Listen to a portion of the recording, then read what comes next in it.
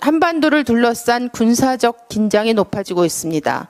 윤석열 정부 안보 참사로 인해 전쟁 가능성이 높아지고 있는 게 아닌가 국민들은 불안해하고 있습니다. 지난달 25일부터 보름 사이 7차례나 북한 미사일이 발사됐습니다.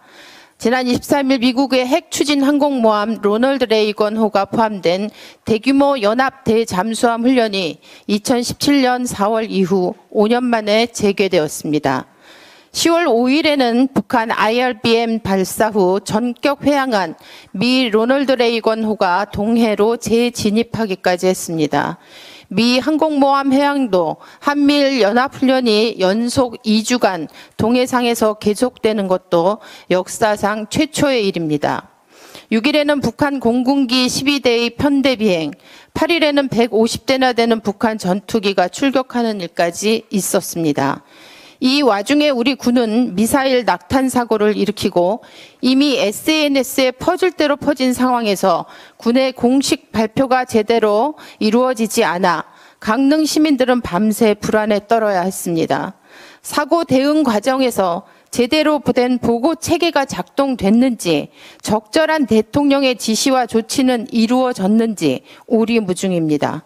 북한 전투기 150대 출격 소식은 이틀이 지나 공개되었습니다.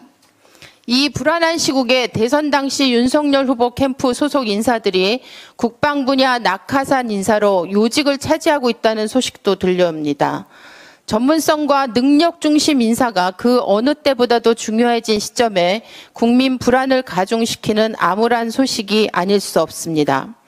더구나 이웃 국가인 일본과의 일정한 공조가 필요하긴 하지만 그렇다고 한반도 군사 긴장을 계기로 자위대를 전쟁할 수 있는 군대로 만들어 군국주의 망령을 되살리려는 일본 의도에 대한 경계를 늦출 수도 없습니다. 국민은 유사시 일본군이 한반도에 들어올 수도 있다던 윤석열 대통령 후보 시절 발언을 기억하고 있습니다. 그것이 현실이 될까? 많은 국민들이 우려하고 있습니다. 우리나라는 일본에 36년 식민지 지배를 당했고 현재도 독도 문제로 영토 분쟁을 겪고 있는 상황입니다. 그런데도 여당 비대위원장은 일본군 침략으로 조선이 망한 게 아니라는 역사적 충격 발언까지 하였습니다. 우리나라는 자주적인 전시 작전권을 가지고 있지 못한 상태입니다. 만에 하나 전쟁 상황이 발생하게 되면 수십만 우리 젊은 군인들과 5천만 국민의 운명이 불행의 나락으로 떨어지게 될 것입니다. 단지 남북만의 문제를 넘어선 국제적 비극으로 될 수도 있습니다.